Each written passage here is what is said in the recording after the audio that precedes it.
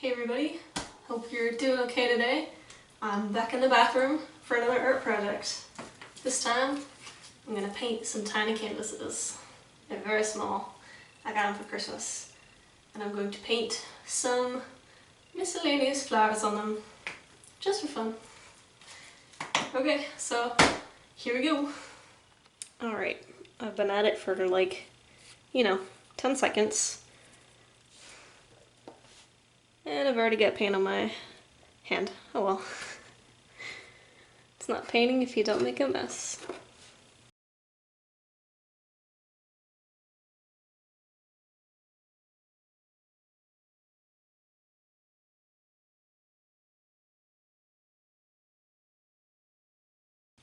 Alright, this one's gonna be a rose. I'm pretty sure. Or at least something that resembles a rose. Sometimes I get those little ripply, fancy edges. You know, flowers. Alright, so instead of making you all listen to the same repeated instrumental song the whole video, I thought I'd just tell you about some dreams that I've had while y'all watch me paint some pretty flowers. If you'd rather the music, you can tell me in the comments and I'll do music for the next video. But anywho, here we go.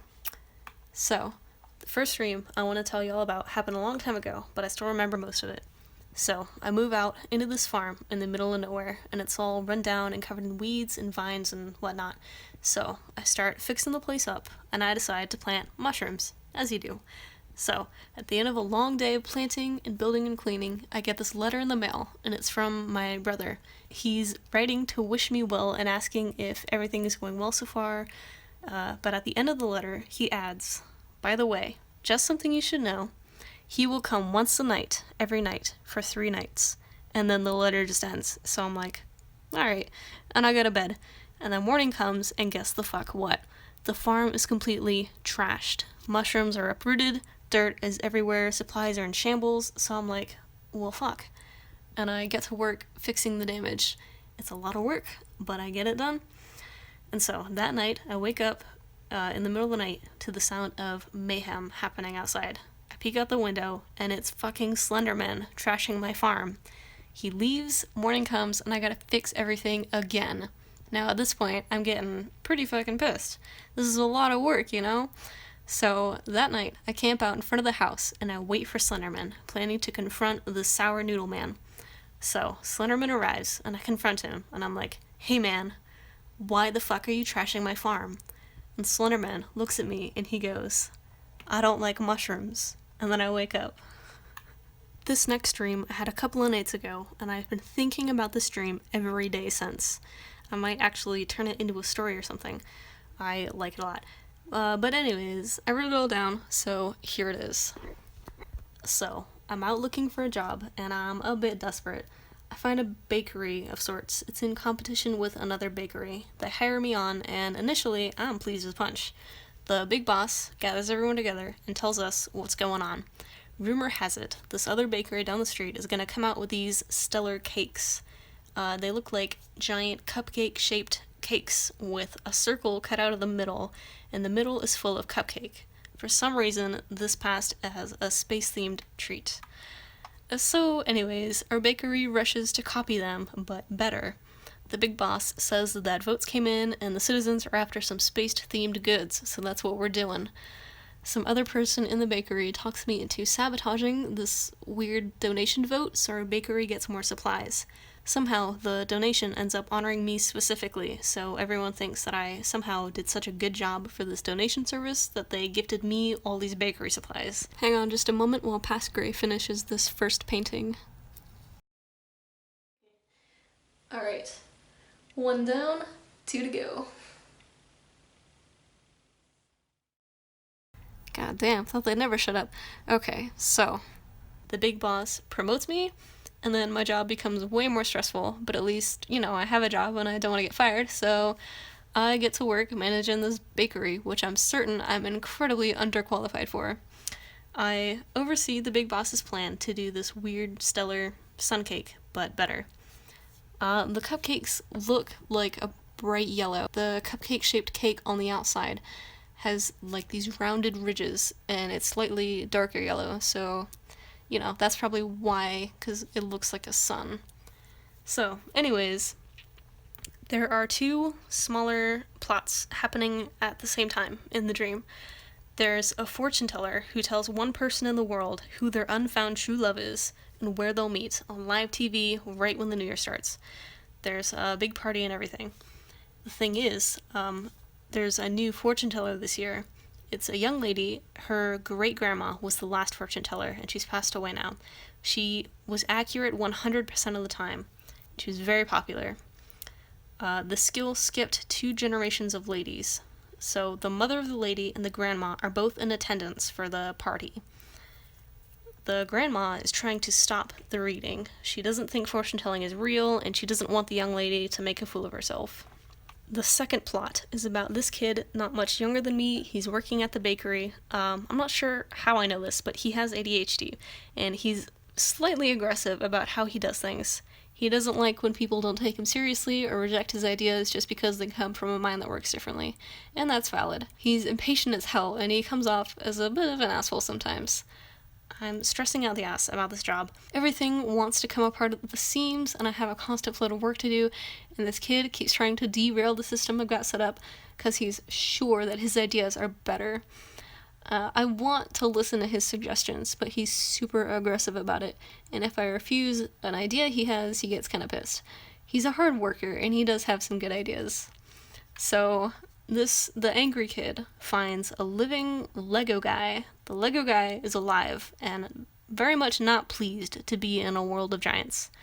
Angry guy does not treat the Lego guy well because he's very impatient, and he first assumes the Lego guy to be a spy from the other bakery for some reason that I'm not aware of. Angry guy tries to tell me about the alleged tiny spy, but I have this whole fucking bakery to run, and this massive project is still underway, and I'm worried we're not gonna stand out enough against this other bakery just by copying their thing. We need to open when the new year hits, and we have to be done and ready by then. New year is tomorrow, or so says the TV in the back corner where all the unused break supplies are. Like, there's a coffee machine and cheap lounge chairs around one of those circular plastic folding tables. Anyway, Lego guy escapes. He somehow commandeers a crane that's just finished constructing this weird water light show platform thing on this small island just outside the city. This happens on live television, and everyone turns and looks at Angry Guy, and Angry Guy is just like, well, fuck. So, I tell everyone to take a half-hour break, and I grab Angry Guy, and we head out for Lego Guy. Let's take another quick pause while Past Gray finishes the second painting.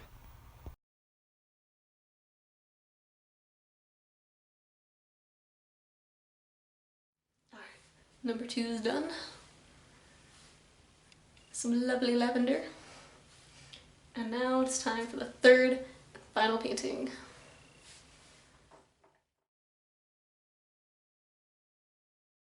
Okay, so I forget how we get to the island, but we do. Meanwhile, fortune teller lady wishes she could use her ability to see exactly who the fuck is sabotaging her inherited show. She's been running around fixing problems the grandma has been causing all night, and now her platform on the island outside of the city has been commandeered by Lego Guy, and that's her platform for performing her show. She's not sure she can pull all this off anyways. How can she possibly live up to the legacy of her great-grandma, you know? So the lady's grandma sees her struggling and realizes she's being a dick. So she helps fix up the show, fix all the problems that she caused, and she gives the lady a pep talk. And at this point, there's only a few hours left until New Year. Somehow, Angry Kid and I have a conversation with Lego Guy, who says he's from the moon and he only got here to Earth by accident. So I go, you mean that moon? And I point up at the sky and I say, you're in a crane, dude, just fucking fly back there. Because apparently the construction crane is capable of space travel. I don't know, weird dream logic. So the Lego Guy did not know about the apparent usefulness of cranes either. But after checking, yes, the crane is indeed fit for space travel. So, Angry Guy apologizes to the Lego Guy and promises to work on his patience. Lego Guy appreciates this and then flies away towards the moon in his crane. We watch Lego Guy go until we can't see him anymore. The moon gives me an idea, and I take Angry Guy back to the bakery. The fortune teller show goes well. She predicts the love of a single audience member, some lady at a party very far away, named Cassandra or Cassidy or something starting with a C, I can't remember. The fortune teller lady starts her speech about New Year's and new loves and making your own fortune and accepting the help of those who already love you when you need it. The grandma interrupts, bursting dramatically onto the stage. She apologizes because it was she who had been sabotaging the show. She explains why. Her mother once predicted her true love on New Year, and she has yet to find the man. She didn't say anything till now, lest she corrupt her mother's 100% success rate.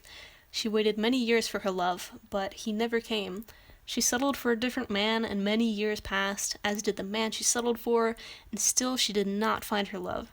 She apologizes and says that she shouldn't have been obsessing over her one fated lover her whole life. She pushed aside all other love in her life in her obsession, and that has left her a colder woman, capable of almost ruining her granddaughter's show.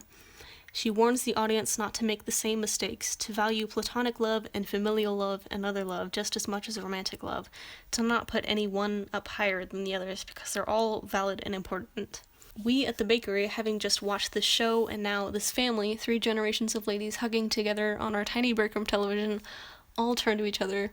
We're a strange bunch, but we've been working hard together and we're in this new project together. Today, we're all friends and we're gonna make it through.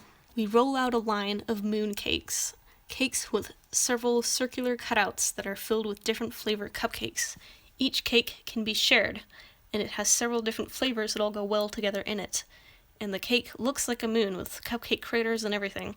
It falls under the stellar cake craze, and it differentiates us from the other bakery. The sun cake molds are harder to make and smaller and less shareable than our moon cakes. And after the show on TV, everyone is all about sharing stuff and doing things with their appreciated loved ones. Angry Guy thanks me for keeping him on staff when he fucked up, and I say, of course, and I get the feeling we're going to work a lot better in the future, and the bakery will be all the better because of it.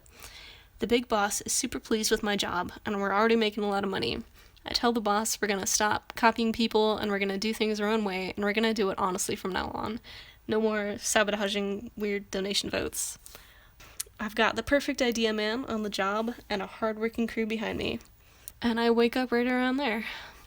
So, those are my dreams. I hope you enjoyed listening to them. If this video gets 100 likes, I'll start up a mushroom farm in the middle of nowhere. And if I get 100 subscribers, I'll open up a space-themed bakery in a small city by the ocean. If you have any weird or interesting dreams you'd like to share, stick them in the comments below. I would love to hear about them. Pastor Gray is gonna finish up this last painting. It shouldn't take too much longer. If you enjoyed this weird little story time, let me know and I might do something similar in the next art video I make. Thanks for listening.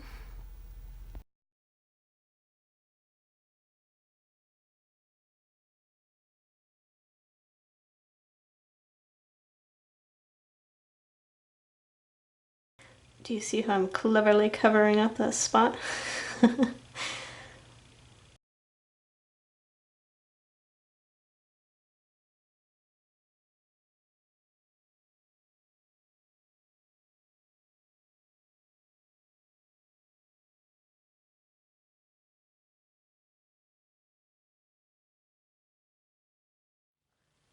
So, here's the last one. Very cool bamboo. Hoo, hoo, hoo. And that's it. 3 little paintings on tiny little bitty canvases. We got a rose, lavender, and bamboo. I'll probably put these up on the wall near all my plants. Yeah. Alright. Thanks for watching. Hope you enjoyed. See you next time.